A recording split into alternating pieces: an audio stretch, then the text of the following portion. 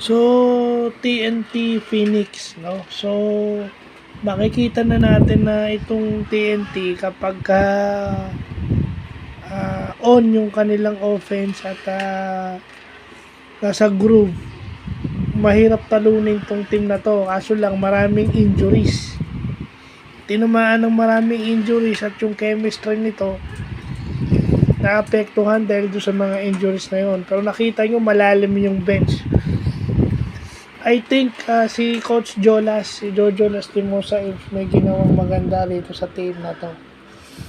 Dahil binigay niya yung mga player, yung mga young players ng pagkakataon. At saka syempre, inspirado rin itong TNT dahil naglaro na.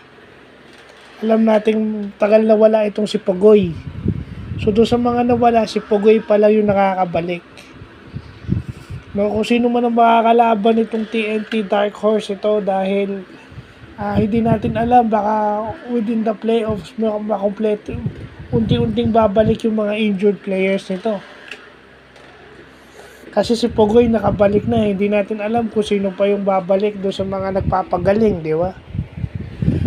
And gusto ko sana i-congratulate si Kim Aurin na best player. So yan, doon sa mga nagbabasketball dito sa Agas 2A, meron na tayong nasa PBA na ngayon at best player pa. Nai-interview pa, nagpa-post game press conference dahil best player. So kasi talagang trinabaho niya yung pagbabasketball. May guidance ng kanyang mga magulang, hindi kagaya nung iba. Santo sa itong mga taga rito, kontento na sila sa larong kanto. So Kim, congratulations. Sana lang kung nag-best player ka na, dapat sana sa playoffs, sa playoffs itong conference na to, best player ka ulit. So yun lang po.